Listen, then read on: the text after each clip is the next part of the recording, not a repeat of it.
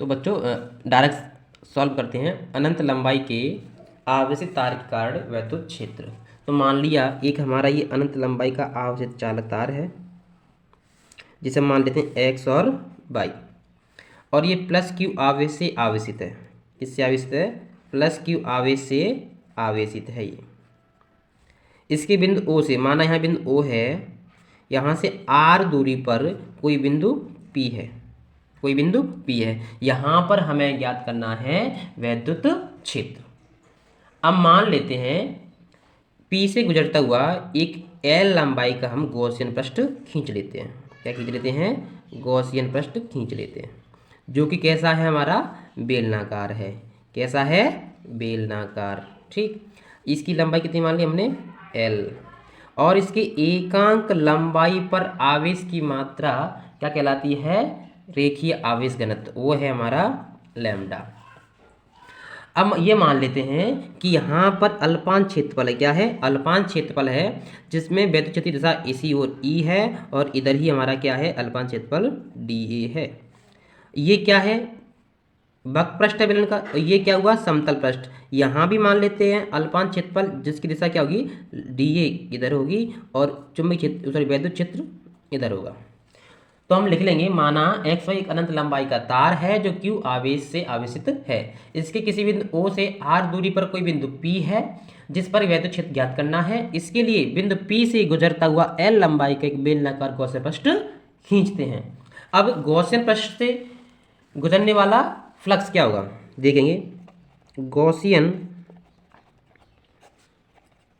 पृष्ठ से गुजरने वाला फ्लक्स जो हमारा जो गुजरेगा, वो एक तो इसके बेलन के वक्र पृष्ठ ऊपर गुजरेगा, और ये समतल पृष्ठ से गुजरेगा, दो से गुजरेगा। तो बराबर लिख देंगे, बराबर बेलनाकार पृष्ठ से गुजरने वाला फ्लक्स,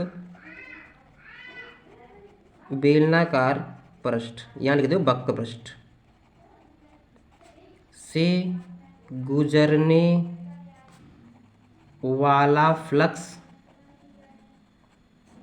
प्लस समतल पृष्ठ, समतल पृष्ठों जो कि कैसे? वृत्ताकार से गुजरने वाला फ्लक्स। इसे हम मान लेते हैं फाई E1, इसको बेलनाकार पृष्ठ से गुजरने वाले फ्लक्स को, और समतल पृष्ठ मान लेते हैं फाई E2। माना, अब मान लेते हैं, माना बेलनाकार पृष्ठ से, बेलनाकार पृष्ठ के अल्पांश क्षेत्रफल डीए द्वारा गुजरने वाला फ्लक्स फाई E1 बराबर समाकलन E इंटू डी ए। अल्पांश मान लिया, ये हमने क्या कर दिया? पूरे कर दिया। अल्पांश मानते हैं तो क्या करते हैं? यहाँ डी लगाएंगे, यहाँ पर ई डी लगाएंगे।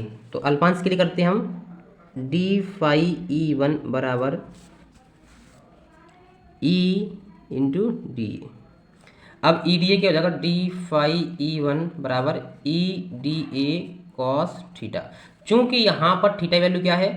0 है। चूंकि थीटा बराबर 0, इसलिए डी फाई E1 बराबर हो जाएगा ई डी ए। यहाँ पर अवकलन का साइन हटाएंगे तो क्या जाएगा? फाई E1 बराबर ई समाकलन डी ए। तो फाई E1 बराबर हो जाएगा ई डी ए। यहाँ पे क्या है? वक्र पृष्ठ है, तो वक्र पृष्ठ होता है 2 पाई आर एल। तो फाई E1 हो बराबर हो जाएगा ई इंटू 2 पाई आर एल। चूंकि वृत्ताकार पृष्ठ पर वैद्युत क्षेत्र अल्पांश क्षेत्रफल डीए के लंबवत है, अतः थीटा की वैल्यू 90 रखेंगे तो यह क्या हो जाएगा? 90 हो जाएगा। तो फाई E2 की वैल्यू हो जाएगी 0। अब लिखेंगे संपूर्ण गॉसियन पृष्ठ से गुजरने वाला फ्लक्स फाई ई बराबर हो जाएगा phi E one plus phi E two. तो फाई ई बराबर फाई ई वन की वैल्यू क्या हमारी E into two pi R L plus के जीरो। तो फाई ई बराबर आ रहा है हमारा E into two pi R L. चूँकि